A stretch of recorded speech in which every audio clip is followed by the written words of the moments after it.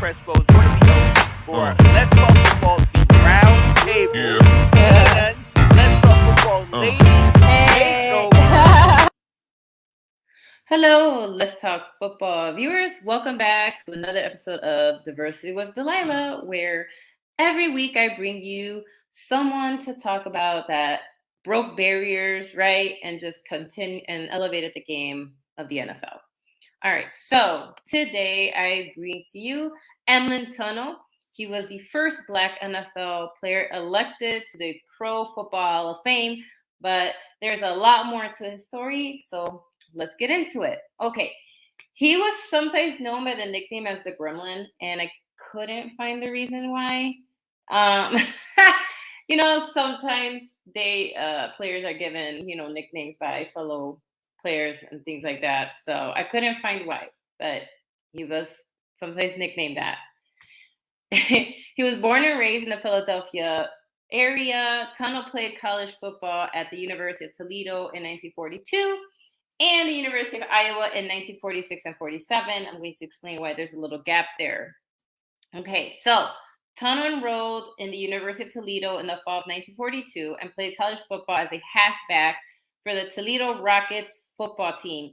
He was described as the mainspring of the Toledo's offense in the first part of the 1942 season. However, on October 26, 1942, he sustained a broken neck in a game when he was blocked while attempting to take a tackle against Marshall, which again, that's just the other team they were playing against.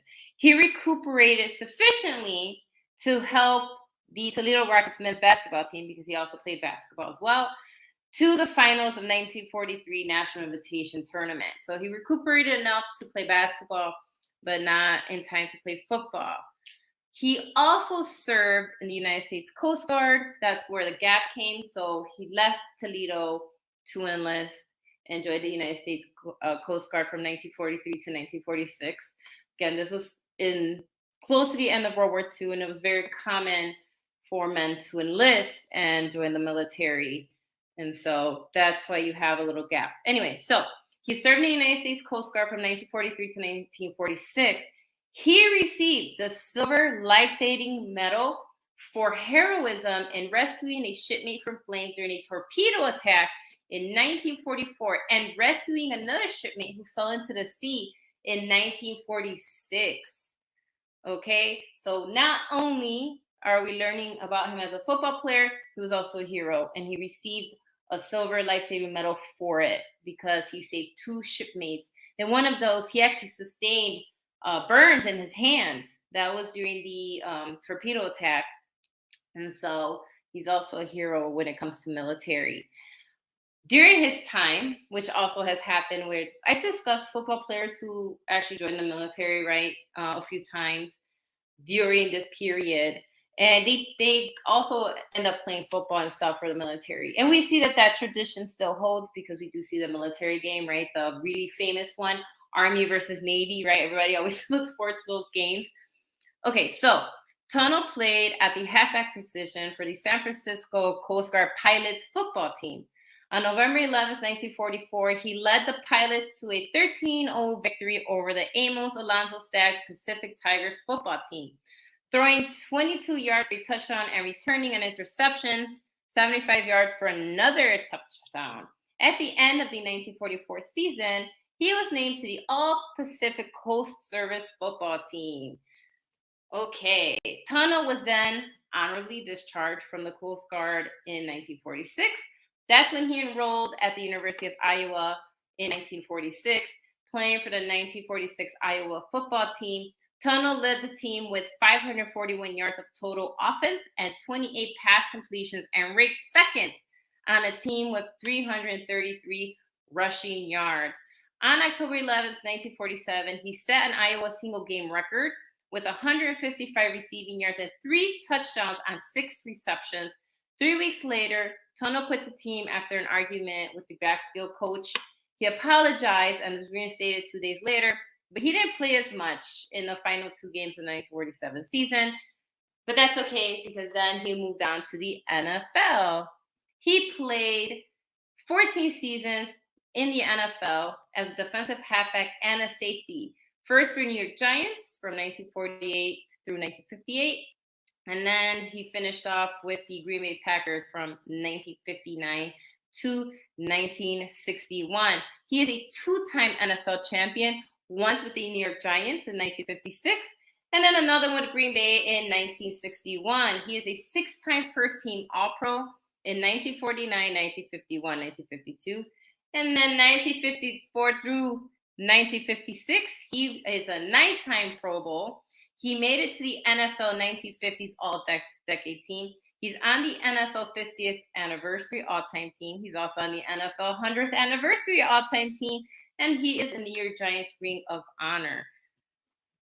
In his 14 seasons with the NFL, he had 79 interceptions, 1,282 return yards, 258 punt returns, and 2,209 punt return yards. So he was the man for 14 seasons. He definitely put his time in the NFL.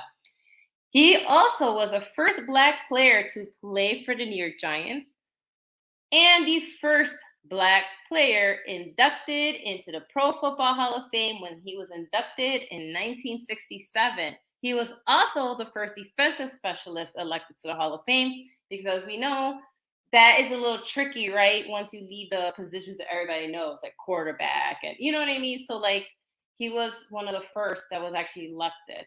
He also was the first Black scout, and also the first Black coach on the Giants team, because he also coached after he retired.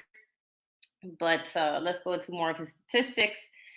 In the fall of 1962, Tunnell worked as a scout for the Giants and the Packers, observing college players on Saturdays and watching the Giants' upcoming opponents on Sundays. In May of 1963, he was hired by the Giants as a special assistant coach under head coach Ali Sherman, and that's and that's when he became the first Black coach on the Giants staff. So a lot of firsts for him. First Black player inducted into the Pro Football Hall of Fame. First Black player on the New York Giants team. By the way, this happened a year after Jackie Robinson broke the color barrier in baseball. So when he was when he was chosen by the New York Giants, that was a year after Jackie Robinson broke the color barrier in the MLB. And so there you have so much history happening at about the same time. Okay, so in March of 1962, that's when Tunnell announced his retirement as a player. At the time, he held a lot of records. His 79 career interceptions were an NFL record and remained second most in NFL history, having been surpassed in 1979 by fellow Iowa Hawkeye Paul Cross. So his 79 career interceptions were an NFL record, and they're saying it's still second most in NFL history. His 1,282 interception return yards were an NFL record for about 4 decades and ranked 5th in NFL history as of 2017. His 258 punt returns were also an NFL record, but now ranked 19th in league history as of 2017.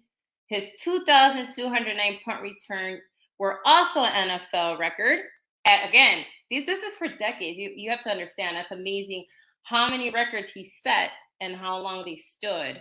Now he's ranked at 30th as of 2017. He played in 158 consecutive games, which was also an NFL record when he retired as a player.